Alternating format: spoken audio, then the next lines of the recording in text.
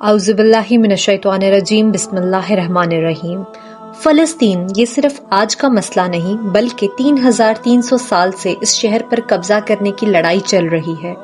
آج سے 3300 سال پہلے اللہ نے موسیٰ علیہ السلام کو حکم دیا کہ بنی اسرائیل یہودی کو ایجپٹ میں فرعون کی غلامی سے نکال کر آزاد کر دو، اور پھر بہت سی مشکلات کے بعد فرعون نے آخرکار اس کی وجہ سے آج تک جتنی بھی لڑائیاں چل رہی ہیں، کیونکہ یہودی یہ کلیم کرتے ہیں کہ تورات کی اس آیت کے مطابق فلسطین اور جیروسلم پر صرف اور صرف بنی اسرائیل کا حق ہے،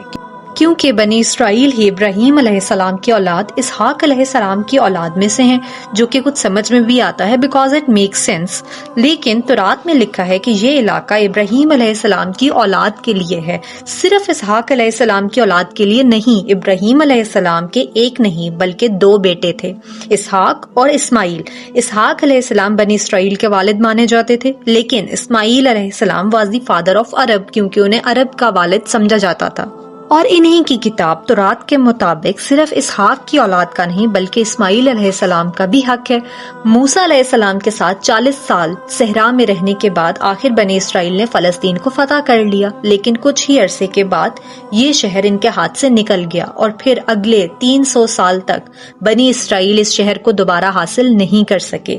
پھر بنی اسرائیل نے 300 سال بعد حضرت داؤد علیہ السلام کی خلافت میں اس شہر جیروسلم کو دوبارہ فتح کیا، اور ان کے بیٹے سلیمان علیہ السلام نے یہاں پہلے اپنی امپائر کو بڑھانے کے لیے فلسطین پر حملہ کر دیا اور جیروسلم کو تباہ و برباد کر دیا، اور ہزاروں یہودیوں کو قیدی بھی کیا، اور اس ٹیمپل کو بھی تباہ کر دیا جو سلیمان علیہ السلام نے بنایا تھا۔ اور جتنے یہودی زندہ بچ گئے ان سب یہودیوں کو غلام بنا کر اپنے کیپٹل بیبیلین عراق لے گئے، اور 17 سال تک یہودی عراقیوں کی غلامی کرتے رہے۔ لیکن 70 سال بعد عراق پر ایران کے بہت ہی نیک بادشاہ سائرس دی گریٹ نے حملہ کر دیا، جس پہ ہم ذوالقرنین کے نام سے بھی جانتے ہیں۔ اس نے عراق کے شہر کو فتح کر لیا، بلکہ جتنے یہودی غلام تھے انہیں آزاد کر کے فلسطین بھیج دیا، اور فنڈز بھی دیے کہ واپس جا کے ہیکل سلیمانی کو دوبارہ بناؤ، جس کے یہودیوں نے پھر فلسطین پر 400 سال تک حکومت کی۔ لیکن پھر ان پر ایک ایسی حکومت نے حملہ کیا جس نے انہیں 600 سال تک دوبارہ باہر نکال دیا، دی گریٹ رومن امپائر، اور بنی اسرائیل پر اتنا ظلم کیا جو پہلے کسی نے نہ کیا تھا۔ اور رومن امپائر نے بیت المقدس، یعنی جسے پہلے سلیمان علیہ السلام اور دوسری بار ذوالقرنین نے بنایا، دوبارہ تباہ و برباد کر دیا۔ اس کے بعد یہ ٹیمپل آج تک دوبارہ نہ بن سکا۔ رومن امپائر نے فلسطین جیروسلم پر 600 سال تک حکومت کی، لیکن 600 سال بعد انہوں نے ایک ایسی غلطی کی جو کہ انہیں کبھی نہیں کرنی چاہیے تھی۔ انہوں نے عرب میں پھیلتے ہوئے ایک نئے مذہب اسلام پر حملہ کیا، لیکن اسلام مذہب اور خلافت اتنی تیزی سے پھیلتا گیا کہ کچھ ہی سالوں میں رومن اور پرشین امپائر دونوں کو ہی ختم کر گیا۔ حضرت عمر دنیا کے سب سے بڑے بادشاہ بن گئے، اور جن کی حکومت الیگزینڈر دی گریٹ کی حکومت میں بھی پیچھے چھوڑ گئی۔ آخر دی گریٹ رومن امپائر کو فتح کرتے کرتے جیروسلم کے دروازے پر پہنچے۔ حضرت محمد صلی اللہ علیہ وآلہ وسلم نے پہلے ہی کہہ دیا تھا کہ مسلمان ایک دن جیروسلم ضرور فتح کریں گے۔ اب مسلمانوں کے پاس دو آپشنز تھے کہ یا تو جیروسلم کو اسی طرح تباہ و برباد کر دیتے جیسے ان سے پہلے آنے والے بادشاہوں نے کیا، یا پھر اس کا سیج محاصرہ کر لیں۔ آخر 6 ماہ بعد جیروسلم کے گورنر سفرونس نے ایک شرط رکھی کہ میں جیروسلم مسلمانوں کے حوالے صرف ایک صورت پہ کروں گا، اگر ان کا بادشاہ خود مجھ سے ملنے آئے۔ تو خالد بن ولید نے یہ پیغام بھیجا، اور جو منظر تھا وہ پورے جیروسلم کو حیرت میں لے ڈوبا جب انہوں نے دیکھا تمام گزشتہ بادشاہوں میں سب سے طاقتور بادشاہ کی سواری کہ وہ خود پیدل چل کر آ رہا ہے، اور اس کا غلام گھوڑے پر سوار ہے، اور بالکل سادہ لباس ہے۔ اور اس کے بعد جو منظر تھا وہ ان کو اور حیرت میں لے ڈوبا جب حضرت عمر نے کہا کہ تمام مذاہب یہاں پر آزادی، امن اور سکون سے رہیں گے، اور سفرونس نے بغیر خون بہائے جیروسلم ان کے حوالے کر دیا۔ اور اس طرح جیروسلم پہلی بار حضرت ابراہیم کے بیٹے حضرت اسماعیل علیہ السلام کے پاس آیا، اور 350 سال مسلمان، کرسچن اور یہودی اکٹھے رہنے لگے۔ لیکن کرسچنز نے پورے یورپ سے فوج منگوائی اور 350 سال بعد جیروسلم پر دوبارہ حملہ کر دیا، جس کا فائدہ اٹھا کر کروسیڈرز نے آسانی سے جیروسلم کو فتح کر لیا، اور پھر مسلمانوں اور یہودیوں پر آگ برسانے جتنا ظلم کیا۔ اور ہزاروں کو شہید کر دیا اور مسجدوں اور سائناگوگس کو تباہ کر دیا، اور ہسٹری میں لکھا ہے کروسیڈرز نے جیروسلم کی گلیوں کو مسلمانوں کے خون سے بھر دیا اور مسجد اقصی کو بھی پیلس میں بدل دیا اور 90 سال تک حکومت کی۔ پھر مسلمانوں کے ایک بہت بڑے بادشاہ سلطان صلاح الدین ایوبی نے پوری مسلمان دنیا سے فوج کو جمع کر کے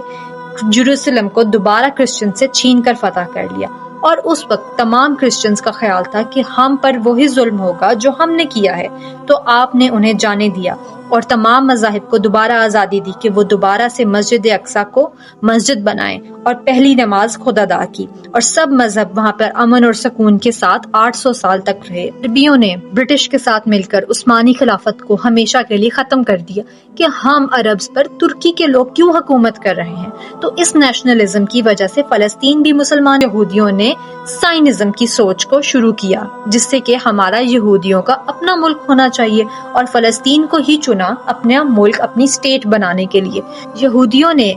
عثمانی خلیفہ عثمان عبد الحمید سے بھی ڈیل کرنے کی کوشش کی، پر انہوں نے صاف انکار کر دیا، جس کی وجہ سے یہودیوں کو یہ سمجھ آ گیا کہ اپنا ملک بنانا ہے تو عثمانی سلطنت کو گرانا پڑے گا۔ اور جیسے ہی ورلڈ وار 1 کے بعد اوٹومن امپائر ختم ہوئی اور فلسطین برٹش امپائر کی طرف چلا گیا، تو یہودی پوری دنیا سے اس طرف سیکرٹ پلان کے تحت فلسطین آنا شروع ہو چکے تھے، اور فلسطین کے مسلمانوں سے زمینیں دگنی اور تگنی قیمت پر خریدنے لگے، کیونکہ پیسہ تو ان کے پاس بہت تھا۔ برٹش امپائر نے بھی بیلفور ڈکلیریشن میں انہیں سپورٹ کیا تاکہ ورلڈ وار 2، 3 یا جو بھی ہو، ان میں یہودیوں کا سپورٹ اور پیسہ ان کو ملے۔ اور ورلڈ وار 2 کے بعد یورپ میں ہٹلر کے یہودیوں پر ظلم کرنے کے بعد یہودی اور بھی زیادہ پوری دنیا سے فلسطین پر جمع ہونے لگے اور فلسطین میں لڑائیاں بڑھنے لگی۔ اس کی وجہ سے UN نے ایک فیصلہ سنایا کہ فلسطین کو 3 حصوں میں ڈیوائیڈ کیا جائے گا، ایک حصہ فلسطین، دوسرا اسرائیل اور تیسرا جیروسلم،